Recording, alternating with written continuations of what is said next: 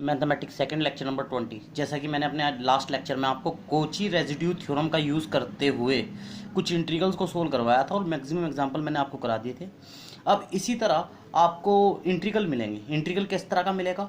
Integral मिलेगा इस तरह का, जैसे मैंने दे रखा है इवैल्यूएट द इंटीग्रल 0 से 2 पाई 5 - 3 कोस थीटा। ये इंटीग्रल आप 12th वाले तरीके से सोल्व कर सकते हैं, कोई दिक्कत नहीं है। लेकिन यहाँ पे जब हम कॉम्प्लेक्स पढ़ रहे हैं तो ये इंटीग्रल किससे सोल्व करने आने चाहिए? कॉम्प्लेक्स से। क्यों आने चाहिए? अगर पेपर में लिख दे बाय कोची रेजिड्यू थ्योरम तो आपकी मजबूरी बनेगी इस इंटीग्रल को किससे सोल्व करना होगा? हमें कोची रेजिड्यू थ्योरम से सोल्व करना होगा, भले ही आपसे इंटरमीडिएट में आता हो ये। तो इस तरह के इंटीग्रल को सोल्व कैसे करते हैं? तो बस ध्यान रखना, अगर 0 से 2 पाई लिमिट है, ठीक है ना, और फंक्शन के अंदर cos theta sine theta D theta है, ठीक है, तो उन क्वेश्चनों को सोल्व करते वक्त मतलब इस तरह का है F cos theta F sine theta, इस तरह का है कुछ भी, और इस तरह का प्रॉब्लम है जो 0 से 2 पाई लिमिट है, कोस थीटा साइन थीटा में क्वेश्चन है। अगर ऐसे किसी क्वेश्चन का इंटीग्रल आपको करना है तो सीधा सीधा आपको काम करना, जहाँ साइन थीटा हो वहाँ तो आप ये रख दो, जहाँ कोस थीटा है वहाँ ये रख दो 1/2 जेड प्लस 1/z, ठीक। और मोड जेड इन क्वेश्चन में 1 के बराबर लिया जाता है, मतलब जो सर्किल है जिसके राउंड हम इंटीग्रल लेते हैं वो मोड जेड 1 लिया जाता है। जेड की जगह इसे मोड से बाहर निकाल लोगे तो e की पावर आई थीटा से गुना करना पड़ेगा। डी जेड का मान डिफरेंशिएशन करोगे तो इतना आएगा, डी थीटा निकाल के ये निकाल लेना। अब ये सारी वैल्यू जो आपने निकाल ली हैं सारी की सारी इस फार्मूले में फिट कर देना। कैसे होंगे? देखो ये इंटीग्रल कह रहा हो सोल्व करो, तो ये इंटीग्रल सोल्व करना तो लिमिट 0 से 2 पाई देखो बिल्कुल है, इतना मिलते हैं लिमिट 0 से 2 पाई। आप क्या करो, कोस थीटा को तो कोस थीटा वाले फॉर्मूले से रिप्लेस कर दो, जहाँ डी थीटा है वहाँ डी थीटा वाले फॉर्मूले से रिप्लेस करो, डी जेड बटे आई जेड, और सर्किल क्या लेना है? Mod Z is equal to 1। अब उठा के सारी रिप्लेसमेंट इसके अंदर फिल कर दो। जिस रिप्लेसमेंट फिल करोगे आप कैलकुलेशन करोगे, कैलकुलेशन करने के बाद ये आएगा आपका, ठीक है। और जब ये आ जाएगा उसके बाद थोड़ा और आगे चलो तो आप इस सारे इंटीग्रल को सोल्व करके ये ले आओगे। जब ये ले आओगे तो ध्यान से तो आपको देखना कि बाहर क्या है, 2 भी बाहर निकाल लेना तो 2/i हो जाएगा और ये अंदर बचेगा इंटीग्रल। और जो इस तरह का इंटीग्रल है ये वाला इंटीग्रल, ये इंटीग्रल आप सोल्व करके आए। कहाँ सोल्व करके आए ये इंटीग्रल? आप इस तरह के इंटीग्रल जेड में थे, आप कोची रेजिड्यू थ्योरम सोल्व नहीं करे आपने इस इंटीग्रल को, तो इस इंटीग्रल का आंसर कितना होएगा? 2/i तो बाहर है ही, इस इंटीग्रल का आंसर होगा 2πi sum of residue of F Z at poles within C. ये इसका फॉर्मूला होगा। अब इसमें क्या निकालना होगा आपको? इस फंक्शन के रेजिड्यू निकालने होंगे। रेजिड्यू किस पे निकलेंगे? पोल पे। पहले हम पोल निकाल लेंगे इसके, जब आप पोल निकाल लोगे तो अब इसे फैक्टराइज करोगे तो इस तरह फैक्टर होंगे इसके। अब यहाँ से आपको पता चलेगा कि इसके 2 पोल हैं, एक तो जेड 1/3 ऑर्डर 1 का और एक जेड इज इक्वल टू 3 है। लेकिन जो हमें सर्किल यहाँ पे मानना है, हमेशा मानना है सर्किल, वो मानना है मोड जेड 1। अगर मोड जेड 1 सर्किल मान लोगे तो इसके अंदर कितने पोल पड़ेंगे? केवल एक पोल पड़ेगा, जेड इज इक्वल टू 1/3 जो कि ऑर्डर 1 का है। जेड इज इक्वल टू 1/3 लाई करेगा किसमें? इस सर्किल में। सो रेजिड्यू ऑफ जेड, रेजिड्यू जो निकलेगा किस पोल पे निकलेगा? केवल इसी पोल पे निकलेगा 1/3 पे, क्योंकि यही 1/3 पड़ रहा है इसके अंदर। तो 1/3 पे आप रेजिड्यू निकाल दें। रेजिड्यू का आंसर जैसे कैलकुलेशन करोगे तो कितना आया आपका? ये आपका 1/8 आंसर आया। ये 1/8 रेजिड्यू का, और तो कोई पोल है ही नहीं यहाँ, इसी पोल पे रेजिड्यू निकला। जब रेजिड्यू निकला उठा के ऊपर रख दो, तो मैंने रख दिया। 2/i तो था, आई साई कट गया, 2 पाई तो यहाँ बच गया, 2 यहाँ बच गया, आई से 1/8 रख दिया। कैलकुलेशन कितने π/2, यही इस क्वेश्चन का आंसर है। अगर आप इंटरमीडिएट से निकालोगे तब भी आंसर इतना ही आएगा, ठीक है। अब देखो नेक्स्ट सवाल इसी तरह का। नेक्स्ट सवाल में क्या दे रखा, मैं हर तरह का सवाल आपको करा रहा ताकि आपको आसान नहीं रहे। अब देखिए वो कह रहा है इवैल्यूएट करिए 0 से 2 पाई डी थीटा बटे a + b साइन थीटा। ए बड़ा है बी से, चलो छोटो इससे फर्क नहीं पड़ता। साइन थीटा 2 पाई लिमिट देख ली तो साइन थीटा का मान तो वही रख दिया, डी थीटा को ये रख दिया, उठा के सारी रिप्लेसमेंट क्वेश्चन के अंदर कर दी, क्वेश्चन इसमें कन्वर्ट हो गया, ठीक है ना। 2 यहीं लिखा रहा, ठीक है ना, ये 2i अलग कॉमन नहीं लिया जा सकता, यहीं उठा के कैलकुलेशन जो कि तू कर दी। अब इस इंटीग्रल का आंसर आप निकालते आए, पहले भी निकाला जेड वाले इंटीग्रल कितना हो 2πi sum of residue of Z at pole in C. यहाँ सी जो सर्किल है वो कैसे लिया जाएगा? मोड जेड 1 लिया जाएगा, इस बात का आपको ध्यान रखना हमेशा। तो इसका मतलब अब आपको क्या करना है, ये जो फंक्शन इंटीग्रल में है इसका रेजिड्यू निकालने। रेजिड्यू किस पे निकलेंगे? पोल पे। पोल निकाल लो पहले इसके। अब ये था, इसके फैक्टर मैंने ये बाद में करे, देखो कैसे करे मैंने फैक्टर, मैंने पहले इसके फैक्टर करे। मुझे पता रेजिड्यू कब निकलेंगे या पोल कब निकलेंगे। पोल तब निकलेंगे जब नीचे वाला पार्ट 0 होगा, क्योंकि सिंगुलरिटी बनेगी, वो नीचे वाला पार्ट मैंने 0 कर लिया, 0 करके इसके फैक्टर कर लिए। अब फैक्टर आ रहे थे इतने बड़े बड़े, मैं इस तरह ये वैल्यू जेड की 2 फैक्टर आए, प्लस माइनस, इसमें सीधे 4 ये फॉर्मूला लगा रखा मैंने, प्लस पे ये आया माइनस पे आया। एक को मैंने अल्फा मान लिया, दूसरे को मैंने बीटा। अगर ये बड़े बड़े मान में यहाँ रखता तो कैलकुलेशन मेरी बड़ी हो जाती, ठीक है ना। तो फैक्टर का मतलब ये है अगर 2 फैक्टर हैं तो इस तरह लिखे जा सकते हैं। अल्फा, एक को अल्फा मान दे, एक को बीटा, उठा के यहाँ रख दिए, फैक्टर हो गई जी साहब इसके। अब मुझे ये देखना कि मेरे 2 मान आए, ये दोनों क्या हो गए अब जब मेरे, एक Z is equal to alpha एक pole, Z is equal to beta दूसरा पोल, दोनों ऑर्डर 1 के हैं, ठीक है, अब मुझे ये देखना कि कौन सा pole mod Z is equal to 1 में पड़ेगा। अब देखो कौन सा पड़ेगा, इस बात का पता कैसे चलेगा आपको, आपको ध्यान से देखना इस क्वेश्चन को। उसने ऊपर कंडीशन में दे रखा, क्या दे रखा आपको, ध्यान से देखो, ए बड़ा है 20 है, ठीक है। जब ए बड़ा है 20 है तो सिंपल सी बात है, जो ये लिखा हुआ अंडर रूट में ए बड़ा है 20 है, तो अंडर रूट का मान कैसा आएगा, नेगेटिव। नेगेटिव के कारण बस क्या आएगा इसमें, आई।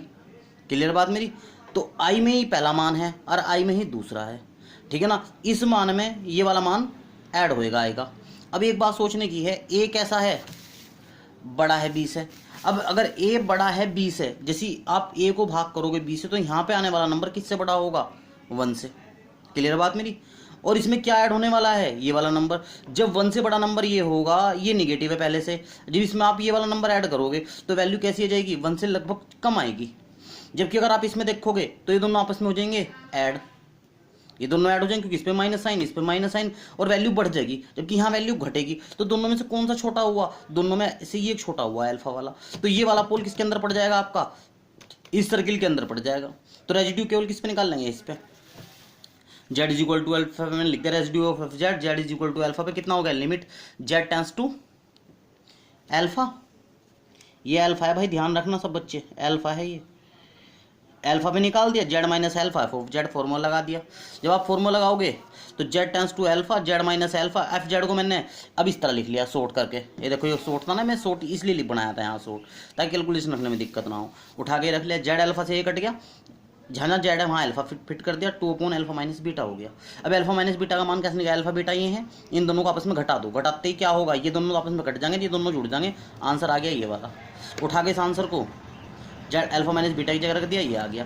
तो ये क्या आ गया, रेजिड्यू। एक ही पोल पड़ेगा आपके सर्किल के अंदर, सर्किल की रेडियस 1 है, क्योंकि यहाँ से आने वाली वैल्यू तो 1 से बड़ी हो जाएगी, ठीक है ना। उठा के इस रेजिड्यू को मैंने ऊपर रख दिया यहाँ, ठीक है। अब एक बात सोचने की है, सर आपने इसमें से आई क्यों खत्म कर दिया। देखो भाई इसमें ए बड़ा है भाई, 2 पाई सम ऑफ रेजिड्यू की जगह तो रेजिड्यू लिख दिया, निकाला जो मैंने। अब ए बड़ा है 20 है, अरे ये सेकंड नंबर पे लिखा है, इसका मतलब टोटल वैल्यू अंडर रूट में निगेटिव आएगी। निगेटिव किस में कन्वर्ट हो जाएगा, आई में। कॉम्प्लेक्स नंबर की थ्योरी है, तो अगर चाहो तो ए को पहले ले लो, बी को बाद में ले लो। तो जो माइनस है वो माइनस की वजह से आई आने वाला, वो आई ऊपर वाले आई से कट जाएगा, तो आप इस तरफ लिख सकते हो आंसर। क्लियर बात मेरी, इस तरह सॉल्व करेंगे। अब देखो एग्जाम्पल नंबर 45, इसके बाद ये भी बड़ा बढ़िया एग्जाम्पल है।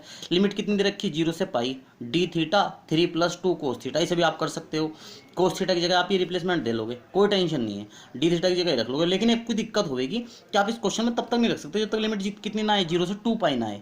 ये क्वेश्चन केवल 0 से 2 पाई पे काम करते हैं। तो मैंने इसकी लिमिट को पहले 2 पाई बनाऊंगा। कैसे बनाऊंगा, हमने प्रॉपर्टी पढ़ी थी इंटीग्रल में, अगर किसी फंक्शन की लिमिट 0 से 2a है, fx ds है, तो पावर का 2 बाहर आ जाएगा। कब, यदि f of 2a minus x के बराबर हो f ऑफ x के। अगर f of 2a minus x के बराबर आता हो माइनस एफ एक्स के, तब कितना आता है, इंटीग्रल का मान 0 आता है। तो ये प्रॉपर्टी मैंने इसके अंदर लगा दी।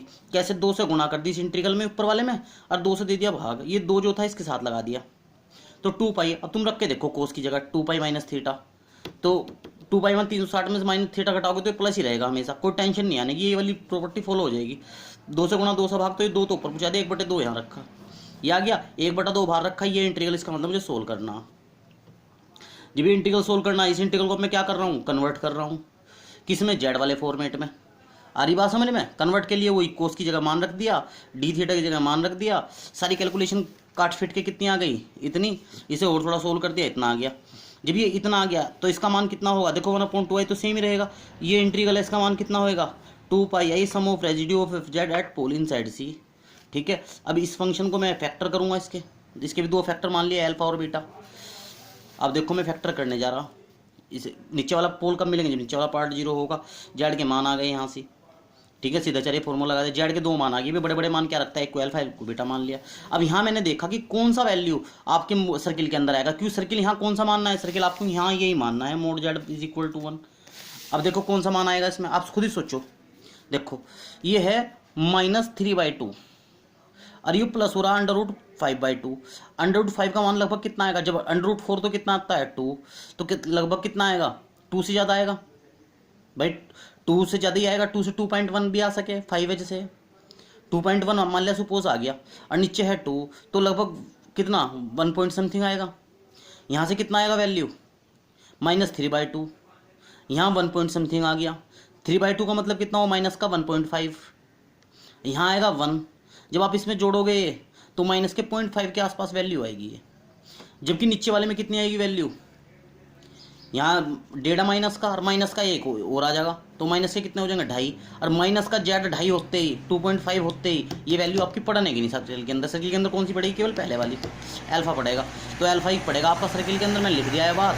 फिर उसके बाद इंटीग्रल सोल्व करता चला आया, कर दिया पूरा का पूरा, अल्फा मान के अल्फा पे निकाल दिया, और आंसर कितना है 1/√5। अल्फा माइनस बीटा कैसे दोनों घटा दो, उठा के वैल्यू पुट कर दो ऊपर, ये रखा, ये इस तरह करना आपको। इसके बाद एक और देखो सवाल।